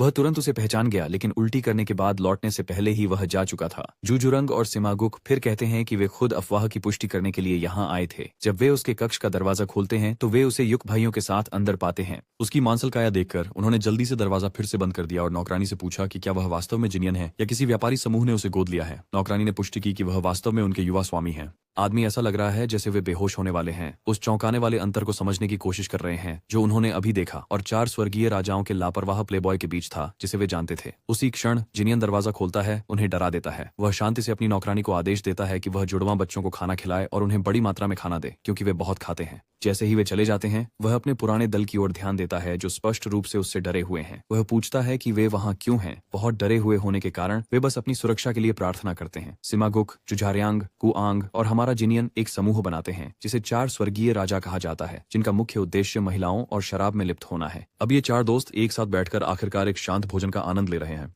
उन्हें देखते हुए जिनियन को म्यूंग हो की याद आती है, जिसने भी दावा किया था कि वह उसका दोस्त है। लेकिन ये मूर्ख अलग है। ये शरारत में साथी की तरह है जिनकी दुनिया लगभग पूरी तरह से महिलाओं और शराब के इर्द गिर्द घूमती है। जायांग चुप्पी तोड़ते हुए जिनियन की कुशलता के बारे में पूछता है, जबकि गुआंग उसके मांसपेशियों की जांच करता है। ये विश्वास नहीं कर पा रहा कि जिनियन वास्तव में प्रशिक्षण ले रहा है। सिमा हालांकि चुपचाप उसके व्यवहार और शरीर को देखता है। वह निष्कर्ष निकालता है कि यह परिवर्तन केवल प्रशिक्षण से संभव नहीं हो सकता। जिनियन वास्तव में एक मार्शल आर्टिस्ट बन गया है। फिर वे उसके मार्शल आर्ट्स ज्ञान के स्रोत के बारे में पूछते हैं क्योंकि यह असंभव है कि उसने ये कौशल खुद सीखे हों। जिनियन उन्हें एक स्पष्ट उत्तर देता है, कहता है कि वह बस भाग्यशाली था। सिमा टिप्पणी करता है कि यह कुछ ऐसा होना चाहिए जैसा उन्होंने केवल जियांगहू की कहानियों में सुना है। जायांग जोड़ता है कि वह उसे लगभग पहचान ही नहीं पाया। फिर अचानक जिनियन कहता है कि उनका दोस्त जिनियन मर चुका है, जिससे उनके चेहरे के भाव तुरंत बदल जाते हैं। फिर भी आशान्वित जायांग उनके अगले कदम के बारे में पूछता है। जिनियन स्पष्ट रूप से समझाता है कि उसके पास एक कर्ज चुकाना है और इसे निपटाने के लिए वह यूना मर्चेंट ग्रुप तैयार कर रहा है। उसका वर्तमान लक्ष्य अब बिना उद्देश्य के भटकना नहीं है, बल्कि मजबूत बनना है। गुआंग और जारियांग इस अचानक बदलाव के बारे में एक दूसरे से बुदबुदाते हुए हक्का बक्का है। हालांकि सिमा का चेहरा अधिक गंभीर है। उसे वह समय याद आता है जब जिनियन ने स्वास्थ्य लाभ के बहाने छोड़ा था, लेकिन जिनियन जानता था कि यह वास्तव में निर्वासन का एक रूप था। वह निराश हो गया था, ये महसूस करते हुए कि उसके पिता इतने निराश थे कि उसे भेज दिया। सिमा ने उसे खुश करने की कोशिश की, उसे सांत्वना दी और उसे समय का समझदारी से उपयोग करने, अध्ययन करने और खुद को बदलने के लिए प्रोत्साहित किया।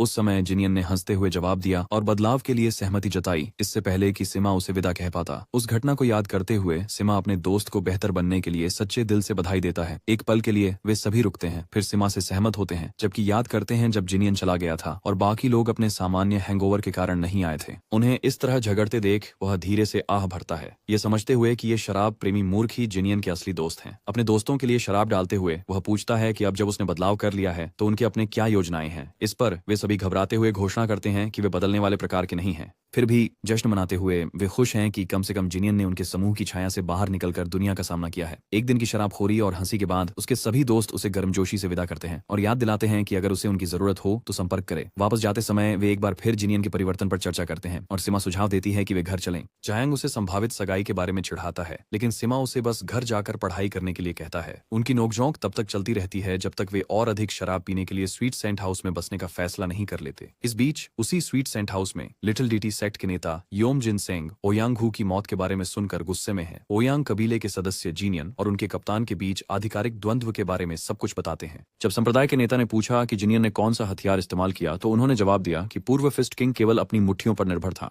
ये सुनकर संप्रदाय के नेता का चेहरा असंतोष से काला पड़ जाता है। ओयांग कबीले के सदस्य फिर से बदला लेने का दबाव डालते हैं, लेकिन संप्रदाय के नेता उन्हें याद दिलाते हैं कि वे एक निष्पक्ष द्वंद्व के लिए प्रतिशोध नहीं ले सकते। ओयांग का कबीले का सदस्य विरोध करता है, कहता है कि संप्रदाय के नेता और ओयांग हू दोस्त थे और उन्हें इस बंधन का सम्मान करना चाहिए। योम जिनसेंग का गुस्सा भड़क उठता है और वह चिल्लाते हैं कि उनका एक मृत व्यक्ति के प्रति कोई दायित्व नहीं है। फिर वह उन्हें शव को ले जाने और उनके एस्कॉर्ट से परेशानी के लिए माफी मांगने का आदेश देते हैं। इसके बाद योम जिनसेंग के विचार एक और समस्या की ओर बढ़ते हैं, क्योंकि उएनो मर्चेंट ग्रुप ने अपना कर देने से इनकार कर दिया है। ओयोंग के बिना उनके पास अब कोई ताकत नहीं बची है। उनका अधीनस्थ उन्हें याद दिलाता है कि उनका कर न देना मतलब है कि वे अब संप्रदाय की सत्ता को नहीं मानते। योम जी सांग सहमत हैं। फिर अधीनस्थ पूछता है कि क्या वह उन्हें मारने की योजना बना रहा है, लेकिन उनका नेता जवाब में सिर हिलाता है कि वे कोई अंडरवर्ल्ड के गुंडे नहीं हैं। अधीनस्थ जोर देकर पूछता है कि क्या वह उन्हें बस जाने देने का इरादा रखता है। इससे पहले कि वह जवाब दे सके, योमजी सांग जिनियन के 3 दोस्तों को देखता है जो अभी भी अपने दोस्त के परिवर्तन के बारे में बात कर रहे हैं। वह उनकी उपस्थिति को नोटिस करता है और उनके पास से गुजरते हुए जानबूझकर यूएनओ मर्चेंट ग्रुप का जिक्र करता है, इतनी जोर से बोलता है कि वे सुन सकें। वह जोर से सोचता है कि जिनियन के पिता और जिनियन खुद उत्तराधिकारी के रूप में कितनी संपत्ति रखते होंगे। सीमा तुरंत टिप्पणी पकड़ लेता है और चारा ले लेता है। उसके बाद सीमा अपने दोस्तों के पास दौड़ता है और उसे सब कुछ बताता है, लेकिन जिनियन केवल खबर पर जम्हाई लेता है।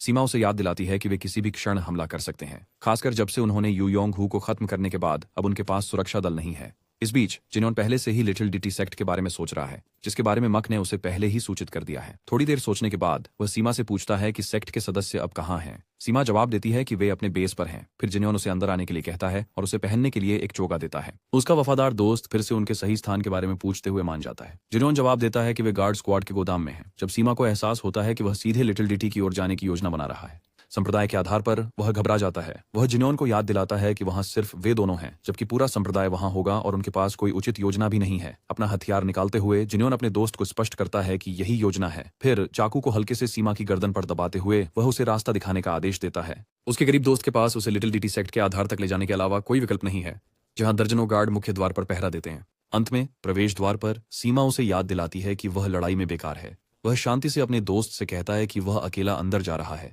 सीमा इस अस्वीकृति से थोड़ी निराश होती है और उसे सैकड़ों गार्ड्स वाले स्थान में घुसने के खतरे के बारे में फिर से चेतावनी देती है, लेकिन जिनियन बस दरवाजा खोलता है और घोषणा करता है कि वह वही करने जा रहा है जो उसने अपने पिछले जीवन में किया था। डैनवसुंग के रूप में हमारे लड़के का जीवन नियम सरल है, कभी भी लड़ाई से पीछे नहीं हटना, न जब वह सिर्फ एक अनाथ है जो जंग हू की दुनिया से जूझ रहा है और न ही जब वह फिस्ट किंग के रूप में शासन कर रहा है। यहाँ तक कि अब भी वह पीछे हटने से इनकार करता है, खासकर जब बात लड़ाई के प्रति उसके प्रेम की हो। जैसे ही हर कोई दरवाजा खुलते हुए देखता है वे उसकी ओर मुड़ते हैं, लेकिन हमारा लड़का बिना किसी डर के अंदर आता है और उनके नेता के बारे में पूछता है। एक गार्ड घुसपैठिए की धृष्टता पर गुस्से में उसे मारने के लिए आगे बढ़ता है, लेकिन जिनियन तेजी से आगे बढ़ते हुए आदमी को गर्दन से पकड़कर एक ही झटके में उसे गिरा देता है।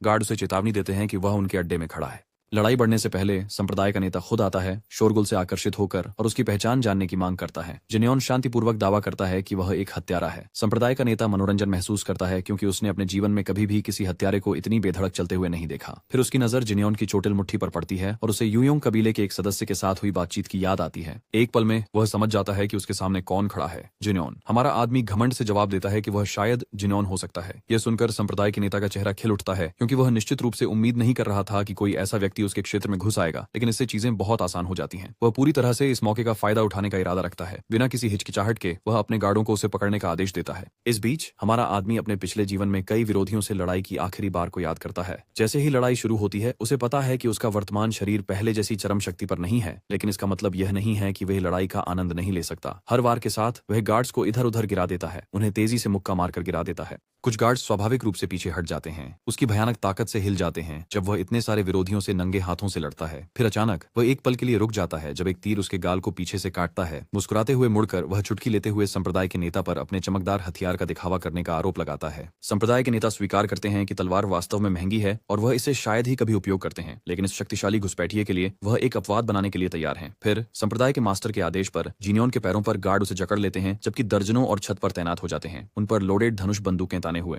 हमारा लड़का कड़वी विडंबना के साथ सोचता है तो संप्रदाय के मास्टर के पास अपने ही लोगों के साथ गिरने का सम्मान भी नहीं है, लेकिन अचानक वह सीमा की आवाज सुनता है जो उसे पुकार रही है। उसके बाद हवा में एक चाकू आता है। जिनियन उसे उड़ान में ही पकड़ लेता है और एक ही सहज गति में सभी आने वाले तीरों को मोड़ देता है। इस मोड़ने की ताकत से गार्ड्स की पकड़ भी उस पर ढीली हो जाती है। संप्रदाय नेता अविश्वास में देखता है कि उसने अभी क्या देखा है। हमारा लड़का अपने वफादार दोस्त को अंगूठा दिखाता है, फिर लड़ाई की ओर मुड़ता है। वह ब्लेड को संप्रदाय नेता की ओर फेंकता है। धार आदमी की गर्दन के पास से गुजरती है। एक गंभीर स्वर में वह घोषणा करता है कि संप्रदाय नेता ही एकमात्र अपवाद है जिसके लिए वह अपनी मुट्ठी के बजाय ब्लेड का उपयोग करने को तैयार है। अब हताश होकर संप्रदाय का नेता अपने अधीनस्थों को उसे मारने का आदेश देता है, लेकिन इससे पहले कि वह प्रतिक्रिया कर सके, हमारा लड़का पहले ही उस पर पहुंच चुका है, मुठ्ठियां तैयार। कायर नेता अपने प्रेमिका को मानव ढाल के रूप में इस्तेमाल करने में संकोच नहीं करता। एक तेज नियंत्रित प्रहार में जिन्होंने उस आदमी को घूंसा मारता है और साथ ही महिला को सुरक्षित खींच लेता है। वह उसे जाने के लिए कहता है, फिर अपनी नजरें संप्रदाय के नेता पर वापस करता है जो अब एक कोने में फंसे जानवर की तरह डर रहा है। जैसे हर दूसरे प्रतिद्वंद्वी का सामना जियोन ने किया है, इस आदमी को भी एहसास होता है कि वह ओएनो मर्चेंट ग्रुप का उत्तराधिकारी नहीं हो सकता।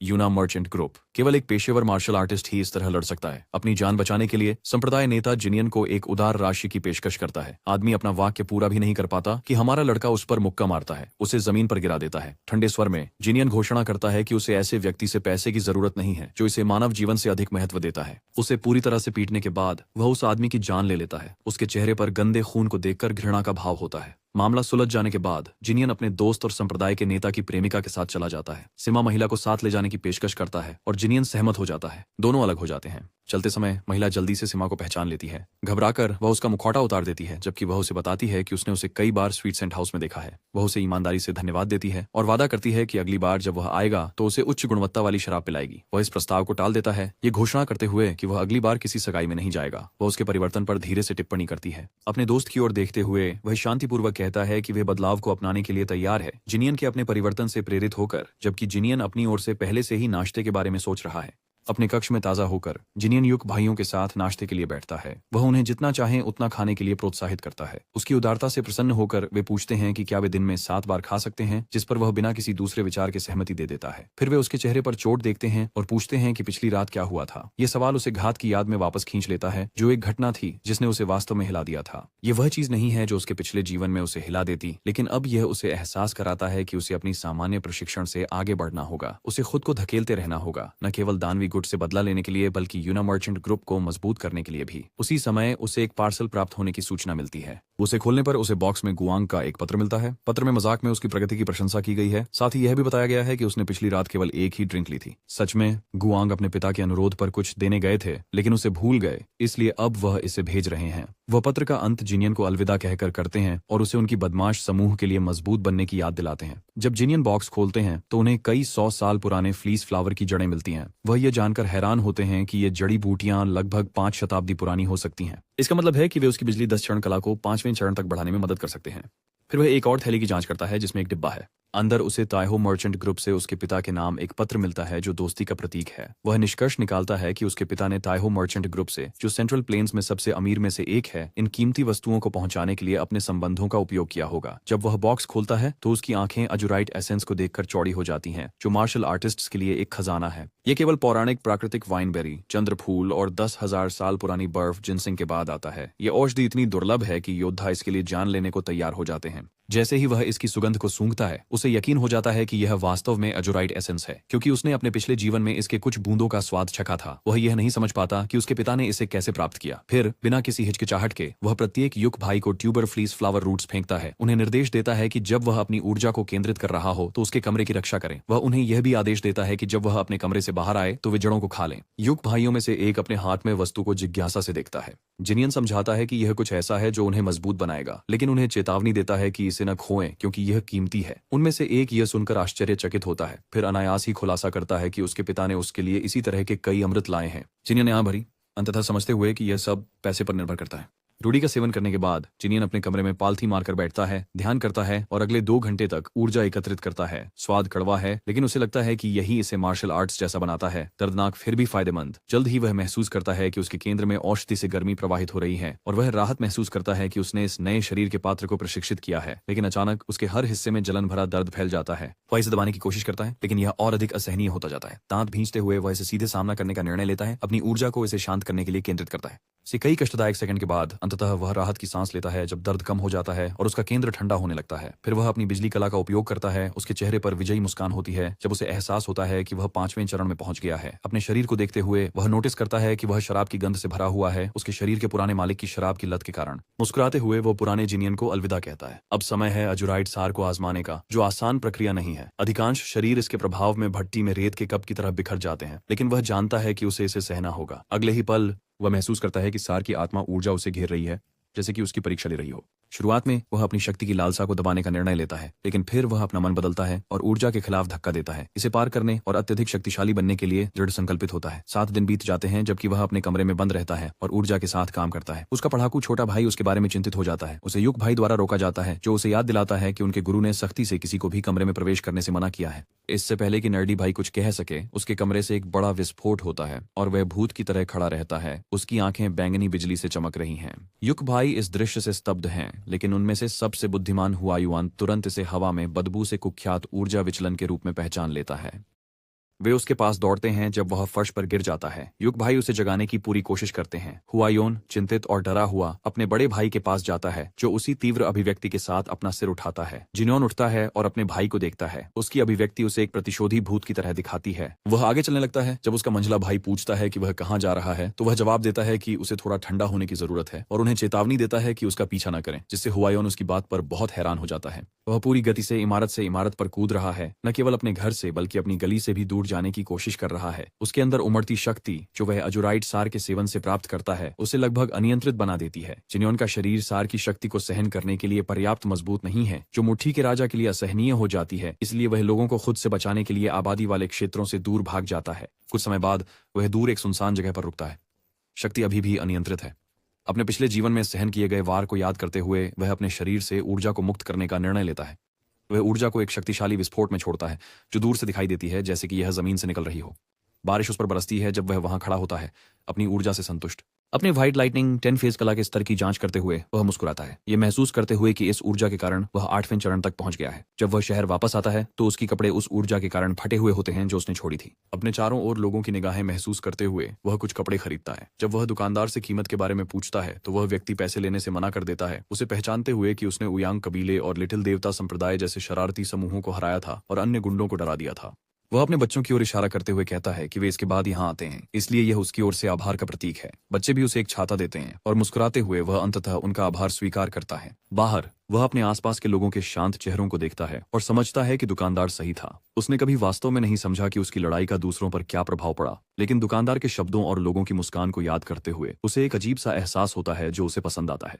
अचानक शांति को जोरदार चिल्लाहट से तोड़ा जाता है। वह आगे देखता है और कुछ लोगों को म्यूंग हो का पीछा करते हुए देखता है। उसका गिरगिट दोस्त तुरंत मुस्कान के साथ उसका स्वागत करता है। अपने दुश्मन को देखते हुए वह अपने व्यस्त जीवन पर सूखी टिप्पणी करता है। इस बीच मोयोंग चान के महल में सम्राट सभा की बैठक होती है। बातचीत का नेतृत्व डोहको कबीले के नेता डोहको मायोंग करते हैं, जो सम्राट सभा समूहों के सभी नेताओं को इकट्ठा करने के लिए म्योंगबिन की महान कार्य के लिए प्रशंसा करते हैं। म्योंगबिन आभार को अनदेखा करते हुए उयांग कबीले के नेता उयांग सयांग के पास हमारे नायक के हाथों उयांग हु की मृत्यु के बारे में बात करने जाते हैं। उयांग कुलपति इसे सुनकर काफी शर्मिंदा होते हैं, खासकर जब म्योंगबिन यह उल्लेख करते हैं कि उयांग हु एक पेशेवर मार्शल आर्टिस्ट थे जो अक्सर युनहा व्यापारी समूह के साथ परेशानी में पड़ जाते थे। अब सम्राट सभा के प्रमुख और नामगोंग कबीले के नेता उन पर हंसते हैं।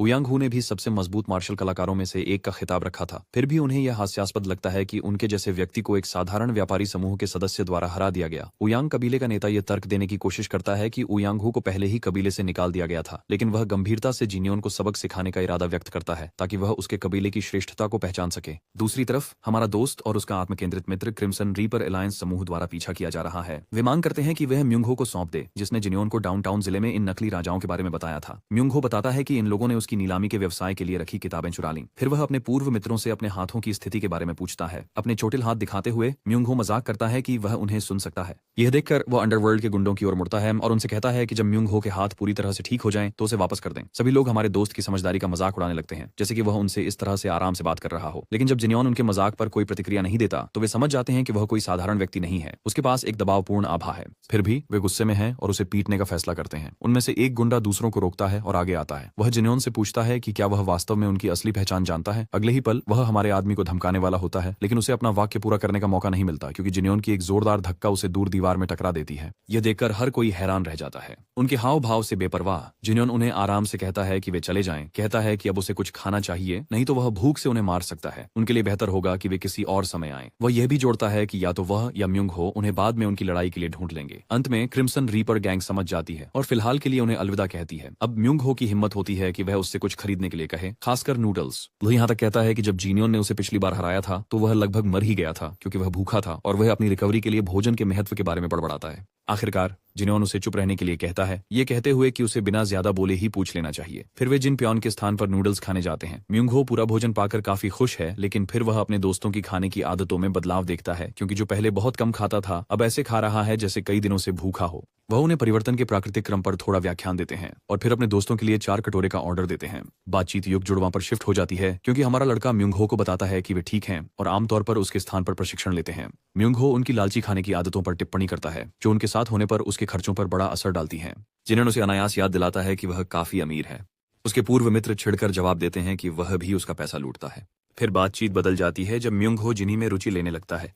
जिनियॉन के मार्शल आर्ट्स ज्ञान के स्रोत में रुचि रखते हुए उसका दोस्त कारण पूछता है। म्युंग हो सहजता से जवाब देता है कि वह क्रिम्सन रीपर गैंग को हराना चाहता है और मार्शल आर्ट्स उसके लिए काफी मददगार हो सकते हैं। इस संबंध में वह गैंग लीडर के बारे में भी जानकारी साझा करता है जिसके पास सैकड़ों अधीनस्थ हैं। जहां भी वे लड़ते हैं वे बहुत सारे होते हैं, हालांकि जरूरत पड़ने पर वे भाग जाते हैं। इस पर जिनियॉन उसे व्यक्तिगत रूप से प्रशिक्षण देने की पेशकश करता है जिसे म्युंग हो तुरंत मान लेता है। वह हर निर्देश का पालन करने का वादा करता है जिसे म्युंग हो गंभीरता से लेता है क्योंकि उसे यूं ही जहरीला लोमड़ी नहीं कहा जाता। अगले ही पल वह अपने लालची पूर्व मित्र को झुकने की मांग करके चौंका देता है। म्युंग हो काफी शर्मिंदा है, लेकिन वह फिर भी झुकता है। फिर वह उठता है और शिकायत करता है कि जिनियॉन को इसके बाद उसे बेहतर सिखाना चाहिए। अगले ही पल हमारा लड़का अपनी छतरी खोलता है और तलवार के वार के लिए अपनी कलाई कैसे घुमानी है ये दिखाता है। यह उसके पूर्व मित्र को गुस्सा दिलाता है क्योंकि उसने अभी झुककर शिकायत की थी कि वह उसके व्यापारी समूह के गेट पर कचरा फेंकने जा रहा था, लेकिन अगले ही पल उसे उसी छतरी से मारा जाता है क्योंकि जिनियॉन उसे एक हाथ से पकड़कर उसी तरह झूलने का निर्देश देता है जैसा वह दिखाता है। उसे उधार ली गई छतरी के साथ यह लाखों बार करना होगा इससे पहले कि वह उसे ढूंढने वापस आए। म्युंग हो हिचकिचाता है। यह सुनिश्चित नहीं है कि वह वास्तव में इस करतब को इतनी बार दोहरा सकता है। उसके खिताब के साथ उसे चढ़ाते हुए जिनियॉन उसे कहता है कि अगर वह इसे नहीं कर सकता तो मार्शल आर्ट्स सीखने का विचार छोड़ दे। चेतावनी के बाद भी म्युंग हो हिचकिचाता रहता है। हमारा दोस्त अपने पूर्व मित्र को वास्तविकता का एहसास कराने का निर्णय लेता है। वह उसकी कॉलर पकड़ता है और उसे याद दिलाता है कि किसी को मारना बच्चों का खेल नहीं है। छतरी घुमाने का अभ्यास उसकी बाहों को प्रशिक्षित करेगा ताकि वह लकड़ी की तलवार से दर्जनों क्रिम्सन रीपर गिरोह के सदस्यों को मार सके। फिर भी अब तक वह उनसे डरकर भागता रहा है। फिर वह बिना भाव के कहता है कि उसके जैसे दयनीय व्यक्ति को तो मर ही जाना चाहिए। म्युंग हो घबराकर जवाब देता है कि वह मरना नहीं चाहता। शांतिपूर्वक जिनियॉन उससे पूछता है कि क्या वह जहरीली लोमड़ी के खिताब के लायक व्यक्ति बनना चाहता है या कायर चूहे की तरह रहना चाहता है। एक पल के लिए उसका पूर्व मित्र चुप रहता है, फिर वह अंततः छाता उधार मांगता है और उसे लेकर चला जाता है। उसके लिए भुगतान करने और अपने दोस्त को विदा करने के बाद जिनियॉन उसके कहे पर विचार करता है और सोचता है कि क्या म्युंग हो प्रशिक्षण के साथ रहेगा या नहीं। फिर उसके विचार क्रिम्सन रीपर अलायंस गैंग की ओर मुड़ते हैं और वह उन्हें ढूंढने के अपने वादे को निभाने का निर्णय लेता है। इस बीच पैशन हाउस के आधार पर नेता गुस्से में है, कुछ अधीनस्थों को पीट रहा है जबकि अन्य जो हो रहा है उससे कांप रहे हैं। वह मांग करता है कि उन्हें म्युंग हो को जाने देने का कारण बताया जाए। सब कुछ जानने के बाद गैंग लीडर विचार करता है, लेकिन वह इस तथ्य को पचा नहीं सकता कि एक व्यापारी समूह का बेटा उसके अंडरवर्ल्ड गुंडों के खिलाफ खड़ा है। उसके एक अधीनस्थ ने समझाया कि जिनियॉन सिर्फ कोई ऐसा व्यक्ति नहीं है जो मार्शल आर्ट्स में मास्टर होने का दावा करता है। कुछ लोग तो यह भी कहते हैं कि वह यांगवाक क्षेत्र में सबसे मजबूत व्यक्ति है। लेकिन अपने मास्टर के चेहरे के भाव को देखकर वह अपनी बात पूरी नहीं करता। नेता फिर दूसरों को वापस उस समूह में शामिल होने का आदेश देता है जो दोनों को खोजने का काम कर रहा है। वह बिना भाव के कहता है कि वह म्युंग हो और जिनियन दोनों को मृत देखना चाहता है। इस बीच हमारा लड़का भी क्रिम्सन रीपर अलायंस और उसके नेता के बारे में जान रहा है। युग भाइयों में से एक उसे बताता है कि यह गिरोह अपने विरोधियों को चीरने के लिए कुख्यात है। अब तक उन्होंने कई प्रमुख नेताओं को मार डाला है, जैसे कि नापियो संप्रदाय, हॉर्नेट संप्रदाय आदि। ऐसा करने के बाद वह युक्वान क्षेत्र में इन छोटे गुटों को अपने में मिला लेता है, जिससे उसका समूह और भी बड़ा हो जाता है। इसके परिणाम स्वरूप युक्वान क्षेत्र में प्रतिष्ठानों और व्यवसायों के पास कोई विकल्प नहीं है सिवाय इसके कि वे क्रिम्सन रीपर अलायंस को श्रद्धांजलि राशि दें। चाहे वे किसी भी प्रकार का व्यवसाय चलाते हों, वे म्युंगहो के पीछे उसी श्रद्धांजलि राशि के कारण हैं। जिनियन फिर समझाता है कि गिरोह ने उसके पूर्व मित्र के नीलामी घर पर कब्जा कर लिया है। युग लड़के सहमत होते हैं, यह देखते हुए कि ऐसा कुछ गिरोह द्वारा किया जा सकता है। यह सब जानने के बाद हमारा आदमी समझ जाता है कि उसके पास गिरोह को खोजने के अलावा कोई विकल्प नहीं है, अन्यथा उसके व्यापारी समूह को इस गड़बड़ी में खींच लिया जाएगा जब वे उसकी पहचान जान जाएंगे। युक्वान शॉपिंग डिस्ट्रिक्ट में पैशन हाउस के अंदर मैडम अपने अधीनस्थों को निर्देश दे रही होती है। जब वे अचानक एक तेज चीख सुनते हैं, वे तुरंत लड़की की ओर दौड़ते हैं। एक एस्कॉर्ट उसे सूचित करता है कि लड़की क्रिम्सन रीपर अलायंस के नेता के साथ है, लेकिन फिर वे उस दूसरी लड़की के बारे में चिंतित हो जाते हैं जो अभी भी नेता के साथ अंदर है। लड़की की हालत देखकर मैडम अपने अधीनस्थ को उसे उसके कमरे में ले जाकर आराम करने के लिए कहती है, जबकि वह नए मेहमान की जांच करती है।